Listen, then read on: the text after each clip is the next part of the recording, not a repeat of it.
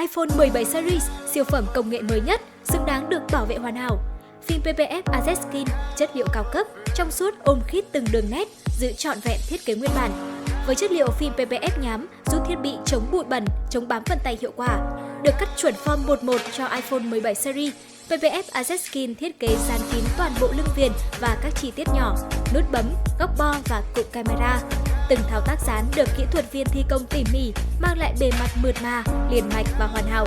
Sau khi dán, bạn có thể cảm nhận được sự khác biệt, giữ nguyên bản màu máy, cảm giác cầm nắm chắc tay, chống xước tối đa, bảo vệ máy khỏi những va chạm thường ngày. Vẻ đẹp nguyên bản của iPhone 17 series được giữ trọn. AZ Skin, thương hiệu phim PPF cao cấp, đã đồng hành cùng hàng chục nghìn khách hàng trên toàn quốc. Hãy đến ngay cửa hàng gần nhất hoặc đặt hàng tại AZ Skin để trải nghiệm dịch vụ dán bảo vệ phim PPF cho thiết bị công nghệ. AZ Skin, bảo vệ hoàn hảo, giữ trọn đẳng cấp iPhone 17 series.